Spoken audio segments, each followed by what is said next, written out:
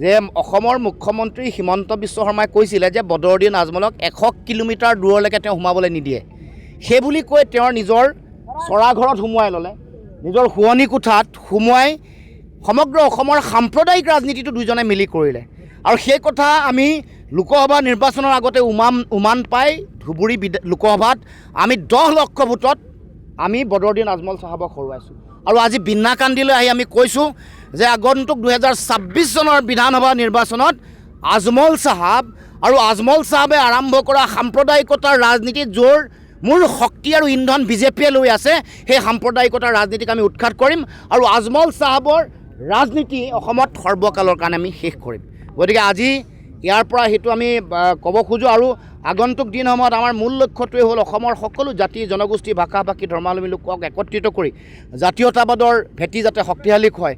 আমাৰ মূল লক্ষ্যটোৱে হ'ল আমি প্ৰতিটো জাতি জনগোষ্ঠীৰ সমমৰ্যাদা, সম উন্নয়ন আৰু সম অধিকাৰ। আজি যোৱা 20 বছৰ ধৰি AIDFৰ বিধায়ক আছে। আজমল চাহাবৰ ল'ৰা যদি কেতিয়াবা বিধায়ক, কেতিয়াবা ভায়েক, তেওঁলোকৰ নিজৰ পৈতৃক সম্পত্তিৰ দৰে ব্যৱহাৰ কৰিছে। তেওঁলোকে নিজৰ সম্পত্তি গোটাইছে, টকা ঘটিছে, ব্যৱসায় কৰিছে, কিন্তু ইয়াৰ সৰ্বসাধাৰণ ৰাইজক দিব লগা ন্যায় নিৰাপত্তা দিয়া নাই। সৰ্বসাধাৰণ ৰাইজৰ যিবোৰ ৰাস্তা ঘাটৰ সমস্যা, আজিলৈকে আটাইতকৈ বেছি আটাইতকৈ বেয়া ৰাস্তা ঘাট থকা সমষ্টি এইটো। আটাইতকৈ বিদ্যালয়ৰ যদি সমস্যা বেছি আছে তেতিয়াহ'লে বিন্নাকান্দি সমষ্টি। আটাইতকৈ যদি চৰকাৰী চিকিৎসা ব্যৱস্থাৰ সমস্যা আছে তেতিয়াহ'লে এই বিন্নাকান্দি সমষ্টি। উন্নয়ন যদি হৈছে আজমল চাহাবৰ উন্নয়ন হৈছে, উন্নয়ন যদি হৈছে তেওঁৰ ব্যৱসায়িক উন্নতি হৈছে, তেওঁ নিজৰ শিক্ষাৰ নামতো তেওঁ উন্নয়ন মানে ব্যৱসায় কৰিছে, তেওঁ চিকিৎসাৰ নামতো উন্নয়ন কৰিছে।